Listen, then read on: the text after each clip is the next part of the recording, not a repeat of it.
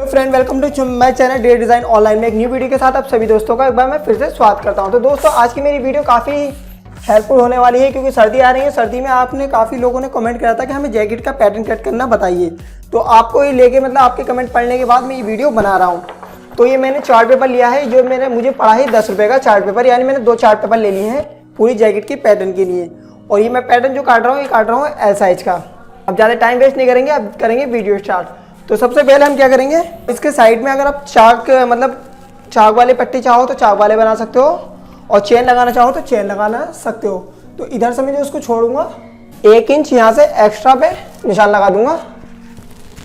निशान लगा दिया है। अब इस वाले लाइन को हम सीधा कर लेंगे स्ट्रेट नीचे तक। स्ट्रेट करने के बाद अब हम लगाएंगे इसके आर्म होल का निशान। पहले हम लगाएंगे ऊपर से यहाँ से इंची टेप को सीधा रख के 9 पे और फिर 18 पे और फिर 27 पे। और इसकी लंबाई जो हमें कंप्लीट चाहिए वो चाहिए हमें 28 इंच। तो 28 पे भी हमने एक निशान लगा दिया है। तो इस लाइन को हम सीधा कर देंगे।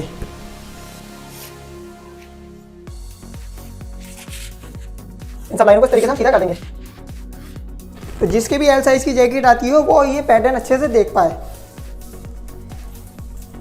और फिर यहाँ से हम इसके तीरे का निशान जो लगाएंगे वो लगाऊंगा मैं यहाँ से 8.5 इंच पे। 8.5 पे मैंने ऊपर लगा लिया है, जस्ट उसी के नीचे फिर 8.5 पे एक और निशान लगाऊंगा। फिर इस लाइन को हम सीधा स्ट्रेट कर देंगे। स्ट्रेट करने के बाद फिर मैं लगाऊंगा इसका चेस्ट का जो निशान लगाऊंगा मैं लगाऊंगा इस पे 10 इंच पे और कमर का लगाऊंगा 9.5 पे और फिर हिप का भी लगाऊंगा 10 इंच पे। इस लाइन को अब हम क्या करेंगे, शेप पट्टी से हम इसको क्या करेंगे, शेप दे देंगे। इस तरीके से इसको रखेंगे, उसको हम शेप दे देंगे। तो हमने इसको शेप दे दिया इस तरीके से। और यहाँ से हम इसको हल्का सा ऐसे राउंड कर देंगे क्योंकि हमारा बैक के लिए आ गया है राउंड। अभी हमने फ्रंट का नहीं करा है, सिर्फ बैक का करा है। फिर उसके बाद हम गले का फैलाव का निशान लगाएंगे 3 इंच पे। 3 इंच पे गले का फैलाव का निशान लगा दिया है और फिर 2.5 इंच इसकी गहराई का निशान लगा देंगे। और इसको इस तरीके से हम राउंड शेप दे देंगे और फिर कंधी को हल्का सा डाउन कर देंगे क्योंकि डाउन करना बहुत ज़रूरी है। तो ये हमारा फ्रंट वाला जो है पैटर्न है। अब हम इसके फ्रंट वाले को आर्म होल को भी हम इस तरीके से नहीं रख सकते क्योंकि हमने ये बैक के हिसाब से काटा है, तो हमें फ्रंट के हिसाब से काटना होगा। तो फ्रंट के हिसाब से हम क्या करेंगे, 1 इंच आगे निशान लगा के ऊपर से इस वाले निशान को मिला देंगे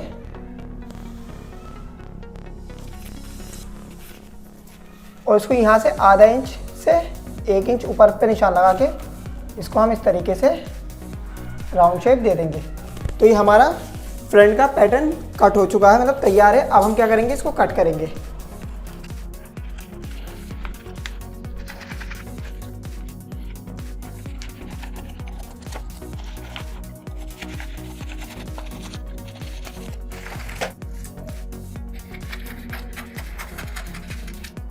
तो ये हमारा फ्रंट का जो है पैटर्न कट हो चुका है। अब हम क्या करेंगे, इसमें 4 इंच यहाँ से आगे एक लाइन पे निशान लगा देंगे। यहाँ पे 4 इंच यहाँ पे एक निशान लगा के फिर नीचे भी 4 इंच पे एक निशान लगा देंगे और इस लाइन को इस तरीके से स्ट्रेट कर देंगे।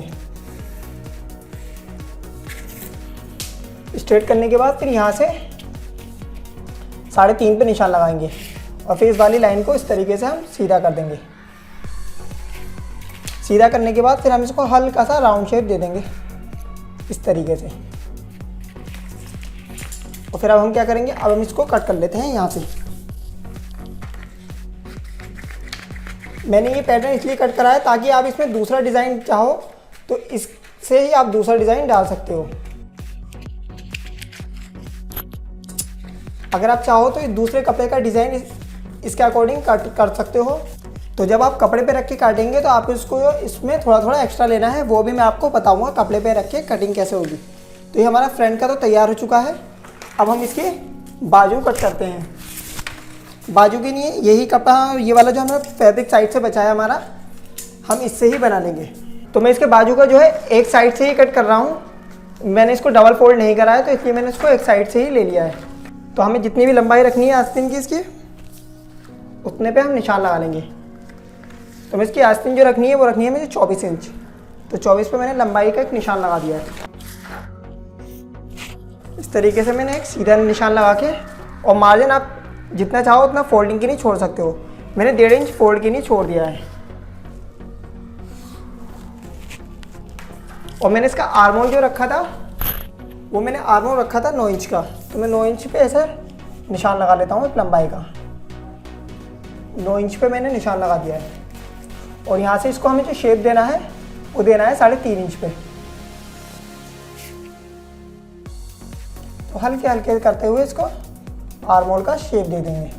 उसकी जो हम मोरी रखेंगे हम 5 इंच, जितनी आप चाहो 5.5 में 5.5 पे इस पर निशान लगा रहा हूँ। इसको ऐसा करके हम क्रॉस कर लेंगे, ताकि जब हम इसको फोल्ड करें तो हमारे बाजू का अकॉर्डिंग ठीक आ जाए। फिर हम इसका आर्मोल नाप के देख लेंगे, 9 इंच आएगा, जितना भी हम उस पर निशान लगा देंगे। फिर शेप पट्टी से इसको इस तरीके से रख के हम बाजू का शेप दे देंगे।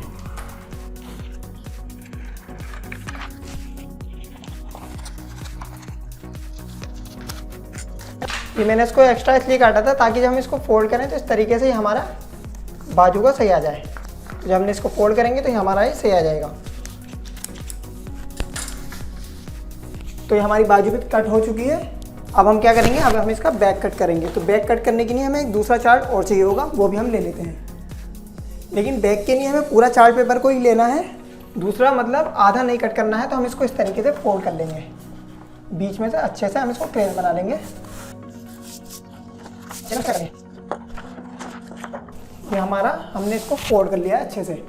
अब फोल्ड करने के बाद हम क्या करेंगे, इसका जो फ्रंट वाला हिस्सा है उसको हम लेंगे इस तरीके से। और यहाँ से तो हमने इसको एक्स्ट्रा छोड़ रखा है, तो एक्स्ट्रा वाले को आगे जो ये निशान लगा है इसको हम आगे रखेंगे, उसको थोड़ा हम नीचे कर लेंगे, क्योंकि हमें यहाँ से थोड़ा एक्स्ट्रा भी लेना है। तो इसको तो हम आगे कर लेंगे, उसको हम इस तरीके से फोल्ड कर लेंगे, ताकि जब आप कटिंग करो तो आपको दिक्कत नहीं पड़ेगी।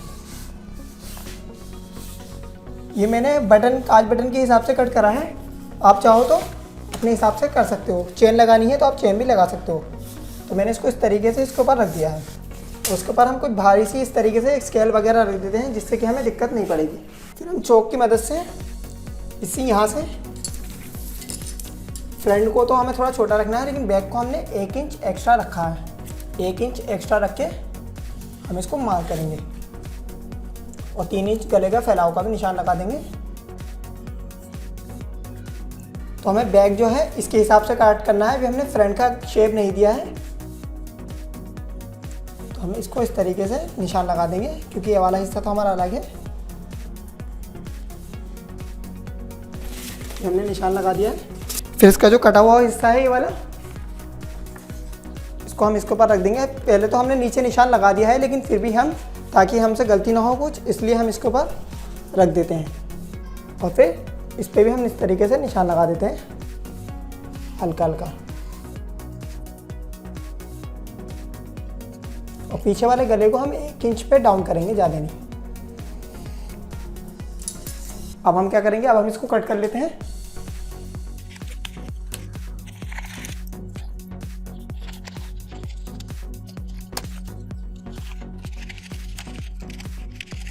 इस वाले मार्जिन को हटा लेते हैं। अब इसको भी हम फ्रंट वाले को हटा लेते हैं, और ये वाला जो निशान है अब इसको भी हम कट कर लेते हैं इस अकॉर्डिंग में ही, जैसे कि हमने फ्रंट में करा था।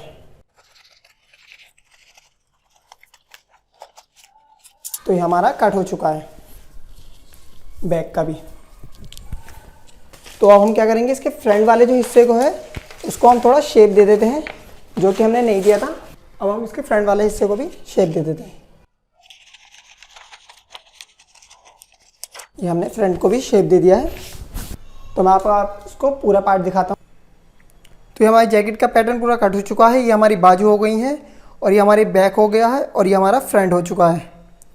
मतलब ये हमारा पूरा जैकेट का पैटर्न कट हो चुके के तैयार हो चुका है। तो दोस्तों आई होप आज की वीडियो मेरी पसंद आई हो। अगर इसको लेके आपके मन में कोई भी सवाल हो तो मुझे कमेंट करके जरूर बता सकते हो। अगर आपको छोटा पैटर्न जानना है इसका तो मुझे आप कमेंट करके वो ही बता सकते हो। तो आज की वीडियो में इतना ही और मिलते हैं अगली वीडियो में। Bye friends.